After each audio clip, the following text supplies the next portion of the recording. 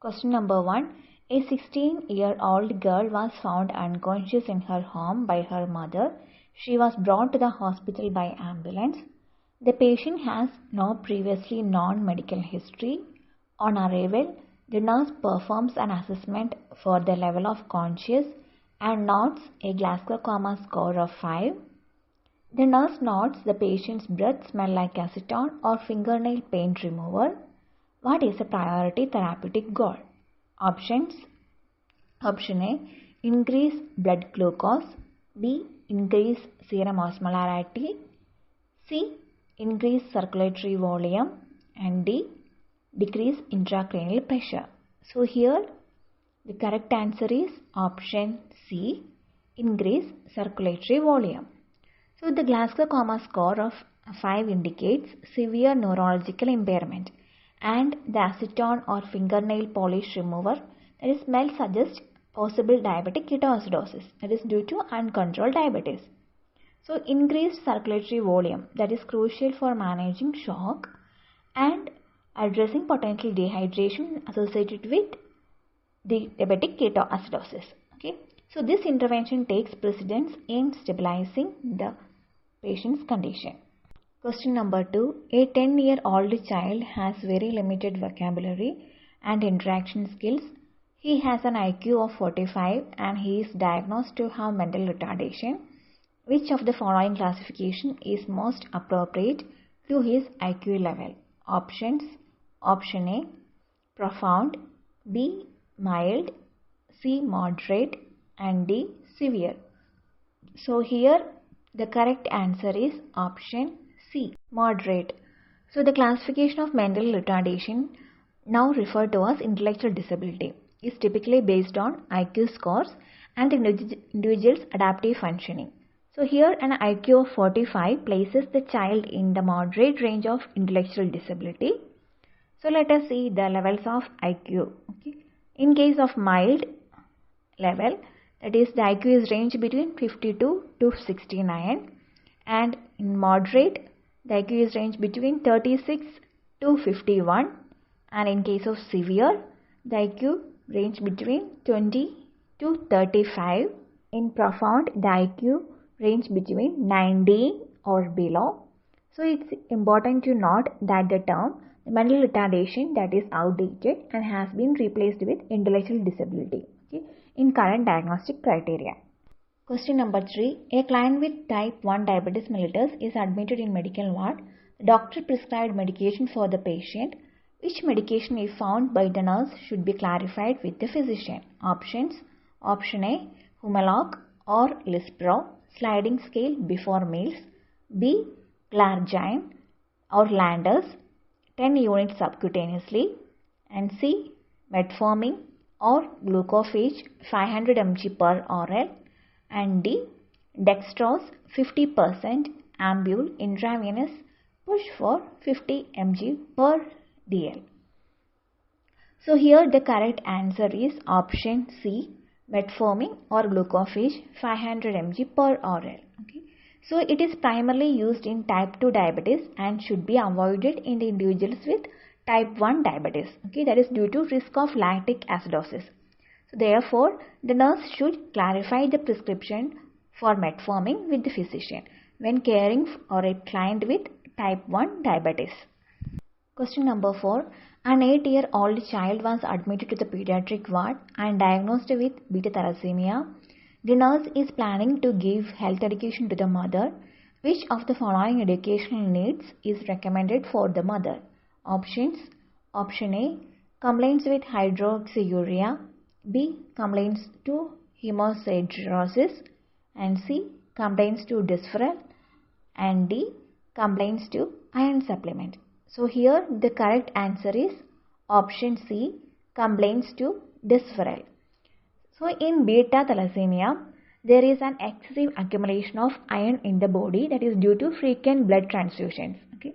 So dysphoral or desfuroxamine to a medication used to chelate and remove excess iron. Okay. So therefore, educating the mother on complaints with dysphoral therapy is crucial for managing the iron overload. okay, and preventing complications associated with iron toxicity. Question number 5. A 40-year-old woman is gravid to Para-2. She is currently conceived. Her previous pregnancy resulted in the birth of a baby with cleft lip and palate. The patient is anxious and concerned about pregnancies.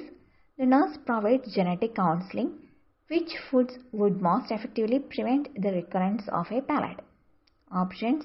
Option A, green vegetables and citrus fruit. B, eggs, milk and dairy products. C, wheat, corn, rice, oats and rye. And D, beef, chicken and yellow vegetables. So here the correct answer is option A, green vegetables and citrus fruit.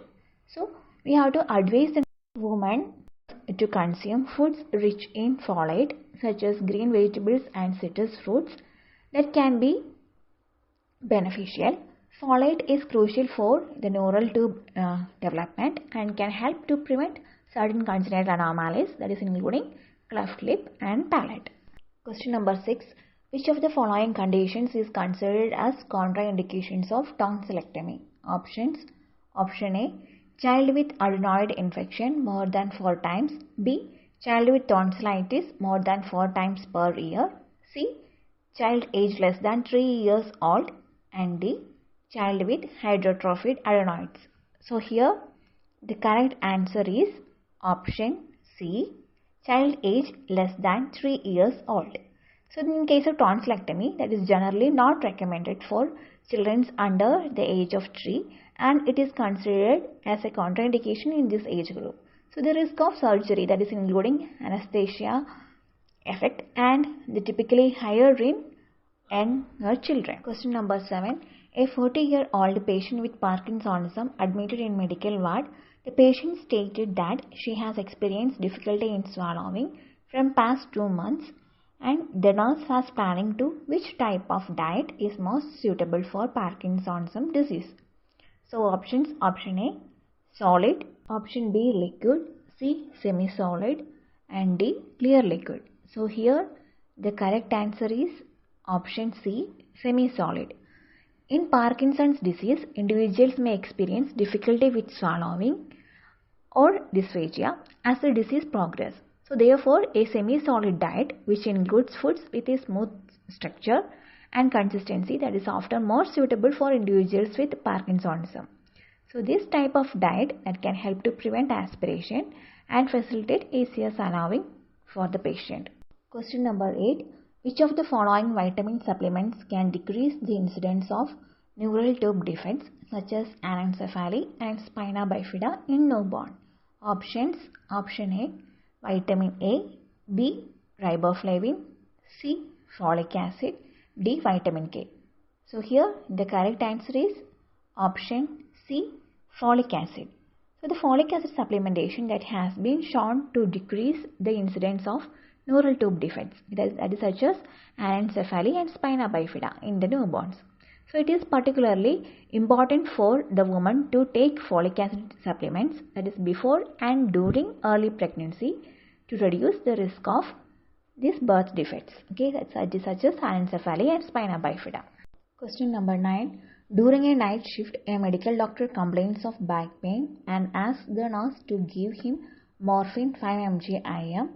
Which of the following actions indicates professionalism in handling the action by the nurse? Options. Option A, call another doctor to manage. B, refer him to the emergency room. C, administer morphine to doctor. And D, ask him to write a prescription first. So here the correct answer is option B, refer him to emergency room. So in this situation, the most professional and appropriate action for the nurse is to refer the medical doctor to the emergency room for assessment and administration of medication. Referring the doctor to the emergency room, that is ensure that appropriate protocols are followed as per the hospital policies, okay, and that the doctor receives the necessary evaluation and treatment.